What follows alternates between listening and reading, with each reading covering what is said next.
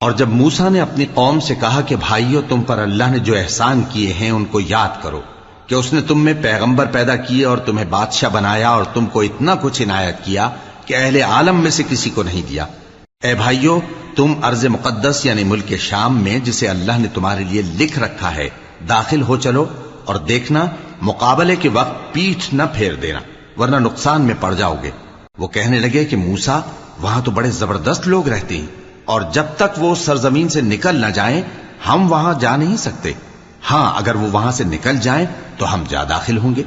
جو لوگ اللہ سے ڈرتے تھے ان میں سے دو شخص جن پر اللہ کی عنایت تھی کہنے لگے کہ ان لوگوں پر دروازے کے رستے سے حملہ کر دو، پھر جب تم دروازے میں داخل ہو گئے تو فتح تمہاری ہے، اور اللہ ہی پر بھروسہ رکھو اگر تم واقعی ایمان والے ہو۔ وہ بولے کہ موسیٰ، جب تک وہ لوگ وہاں ہیں ہم کبھی وہاں نہیں جانے کے، اگر لڑنا ہی ضرور ہے تو تم اور تمہارا رب دونوں جاؤ اور لڑو، ہم تو یہیں بیٹھے رہیں گے۔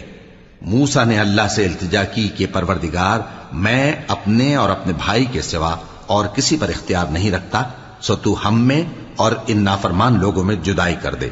اللہ نے فرمایا کہ وہ ملک ان پر 40 برس تک کے لیے حرام کر دیا گیا کہ وہاں جانے نہ پائیں گے۔